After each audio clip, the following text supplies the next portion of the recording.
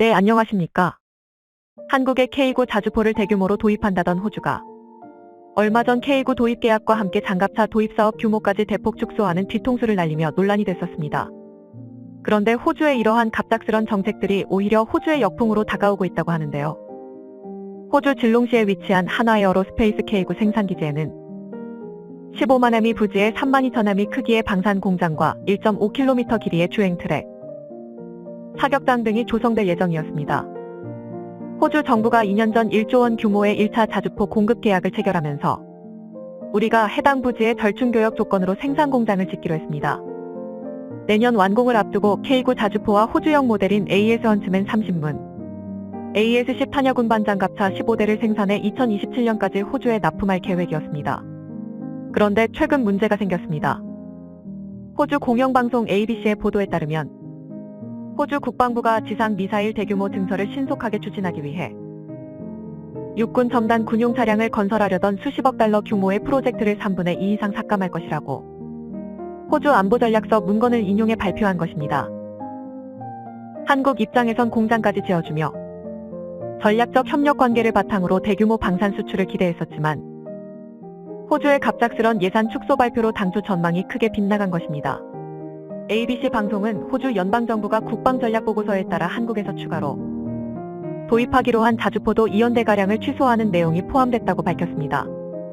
그러면서 2019년 호주 총리 선거 당시 발표한 10억 달러 규모의 프로젝트에 따라 질롱시에 추진하기로 한 1차 계약은 이행하지만 2차 발주 계획은 폐기되고 있다고 보도했습니다. 이는 항공기와 잠수함 등 해 공군 자산 확보가 우선돼야 한다는 국방전략 보고서에 따른 이렇게 갑작스러운 호주의 뒤통수에 국내 업계 관계자들은 몇 대 되지도 않는 1차 계약 물량만 보고 호주에 공장을 지어줘서는 안 된다는 불만 가득한 의견을 제기되고 있습니다. 호주 육군은 1차 계약 당시 자주포 2차 도입과 업그레이드 사업을 같이 검토하며 긍정적인 시그널을 드러냈었는데 호주가 갑자기 신뢰를 저버렸다는 지적이 나오고 있는 것입니다. 이에 국내 네티즌들도 호주는 진짜 믿었는데 배신감이 더 크다.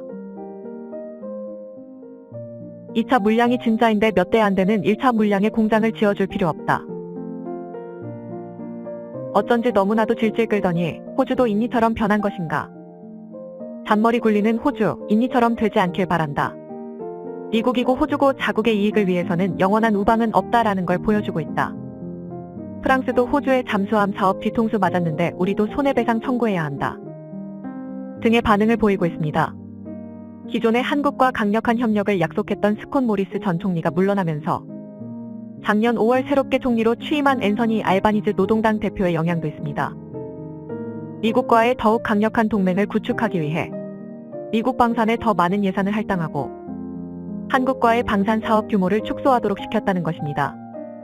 앤서니 알바니즈 총리는 새롭게 발표한 국방 전략 검토안에서 우선순위가 높은 역량의 자금을 지원하기 위해 나머지 사업들은 즉시 연기, 축소 또는 취소돼야 한다고 밝힌 것입니다. 그리고 진작에 발표됐어야 하는 호주 랜400 장갑차 사업도 계속해서 발표가 지연되었던 이유도 여기에 있었습니다. 호주의 국방 전략 보고서에 따르면 보병 전투 장갑차의 도입 대수도 450대에서 129대로 대폭 줄어든 것입니다. 사업을 수주하더라도 사업 규모는 당초 약 270억 호주 달러, 약 24조 원에서 90억 호주 달러, 약 8조 원로 줄 전망입니다. 호주가 사업 계획을 수정하면서 입찰에 참여한 한화와 경쟁사 독일 라인메탈은 가격을 다시 써내게 됐습니다. 일각에서는 사업 규모가 쪼그라들어 한화에어로스페이스가 입찰을 재고할 수 있다는 관측도 나오는데요. 그런데 반전의 상황이 펼쳐집니다. 오히려 유럽에서는 이를 반기고 있다고 하는데요. 앞서 폴란드에서 계약한 K9 자주포 648대도 있을 뿐더러 앞으로 더 많은 K9 자주포 물량이 유럽에 수출될 것이기 때문에 유럽 입장에서는 호주 K9 사업이 취소됨에 따라 본인들이 K9를 더 빨리 받을 수 있다며 좋아하고 있는 것입니다. 이번에 폴란드에서 대규모로 열린 군사훈련에서도 K9 자주포가 공개적으로 모습을 드러내면서 많은 사람들이 감탄을 했습니다. 폴란드에서 펼쳐진 아나콘다 23 훈련은 폴란드 육군에서 가장 크고 중요한 훈련입니다. 5월 6일부터 26일까지 열리는 이 훈련에는 미국, 루마니아, 슬로베니아, 스웨덴, 프랑스, 리투아니아, 라트비아, 에스토니아, 터키 등 많은 NATO 동맹국들 약 13,000명이 참가해 합동훈련을 실시하는 것입니다.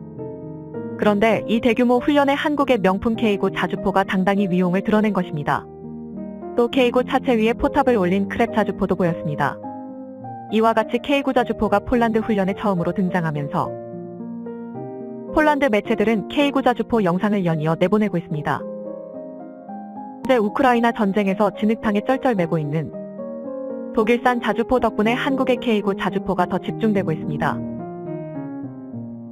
지금 폴란드를 비롯한 미국과 나토군이 함께한 훈련에서 K구 자주포 중심으로 훈련이 이뤄지고 있는 것을 보면 알 수 있는 대목입니다.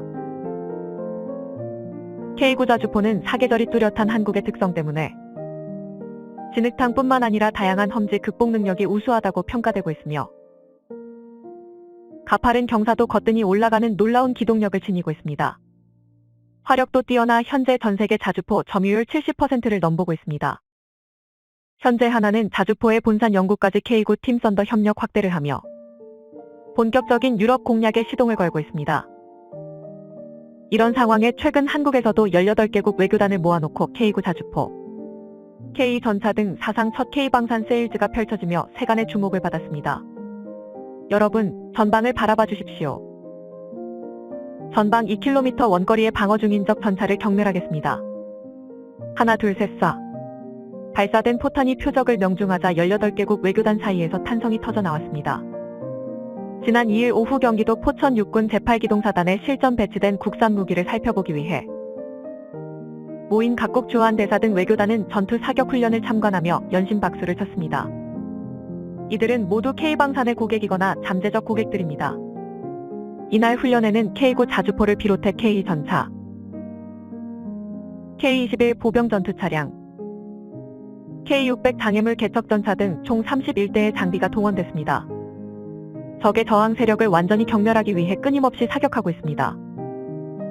아군의 막강한 화력으로 적방어 체계가 무력화되면서 기동로가 확보됐습니다 등 생생한 설명이 영어 통역으로 함께 제공되자 18개국 외교단은 훈련에서 좀처럼 눈을 떼지 못했습니다. 이렇게 주한 외교사절을 군부대로 초청해 실제 전투 사격 훈련 참관과 장비 전시 관람, 차량 시승 등 국산 무기 홍보만을 위한 행사를 별도로 연 건 이날이 사실상 처음인데요.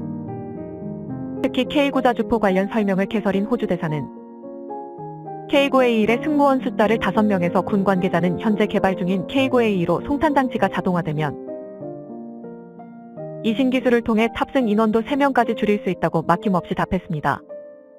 그러자 호주 대사는 만족하며 고개를 끄덕였다고 합니다. 최근 호주 국방부에서 국방전략 재검토로 K9 2차분 발주를 취소했지만 호주 내부에서는 이러한 결정에 반발하고 있는 이들이 많다고 합니다. 때문에 일각에서는 이번 행사에서 호주 대사가 K9A2 개량에 공식적으로 관심을 드러낸 것을 통해 차후 호주에서 도입 사업이 재개될 수도 있다는 뜻을 내비친 것으로 해석되고 있습니다. 특히 구스타브 슬라메치카 주한 체코 대사는 직접 K 전차에 직접 올라타보며 엄지 치켜 세우기도 했습니다. 그는 행사가 끝난 뒤 인터뷰에서 오늘 관람한 모든 무기는 효과적으로 보이고 매우 정확하고 빨랐다는 소감을 남겼습니다. 그는 우크라이나 전쟁과 여러 분쟁으로 갈수록 위험해지는 국제 정세에 대응해야 한다며 체코의 국방력 강화를 위해 고성능 무기의 주요 생산국인 한국을 잠재적 공급처로 보고 있다고 밝혔습니다. 작년에 한국, 체코 정부 관계자가 만나 원전 방위산업 수소 등 양국 간 협력 강화를 이 자리에서 직접적으로 한국 무기를 원한다는 의향을 드러낸 것입니다. 그리고 최근 체코도 전쟁 상황에 맞춰서 국방비 규모를 지속적으로 확대하고 있는데요. 앞서 체코 국방장관도 한국 방산에 관심이 많다고 밝히며 곧 방한하겠다 밝히기도 했습니다. 야나 체르노호바 체코 국방장관은 최근 인터뷰에서 현재 체코는 폴란드와 유사한 지정학적 조건에 놓여 있고 군 전력 증강에 대한 여야 합의가 된 상황으로 예산도 있으며 폴란드처럼 구매 가능하다고 밝혔습니다. 그러면서 한국은 확실히 유럽의 매우 중요한 파트너가 될 것이라며 의미심장한 말을 남겼습니다. 그리고 지난달 폴란드와 마찬가지로 체코 장관들이 방한해 방산업체를 방문하기도 했는데요. 체코 장관들은 자국 트램 사업을 진행하며 한국 고속열차 트램에 대해 알아보러 현대로템을 방문하러 왔다가 특히 K 전차를 보고도 많은 관심을 보였다고 합니다. 이와 같이 민주주의의 무기고라는 찬사를 받는 한국의 방산은 제품 자체의 품질과 가격 경쟁력을 갖췄을 뿐 아니라 우크라이나 전쟁에 따른 국제 질서 재편 및 신냉전 구도와 맞물려 괄목할 만한 성장세를 보이고 있습니다. 한국 덕분에 유럽에서 막강한 국방력을 보유하게 된 폴란드를 비롯해 앞으로 루마니아, 체코, 영국 등 유럽 전역에서 러브콜이 쏟아질 것으로 전망됩니다. 시청해주셔서 감사합니다. 영상이 도움이 되셨다면 구독과 좋아요 부탁드리며 다음에 더 유익한 영상으로 찾아뵙도록 하겠습니다.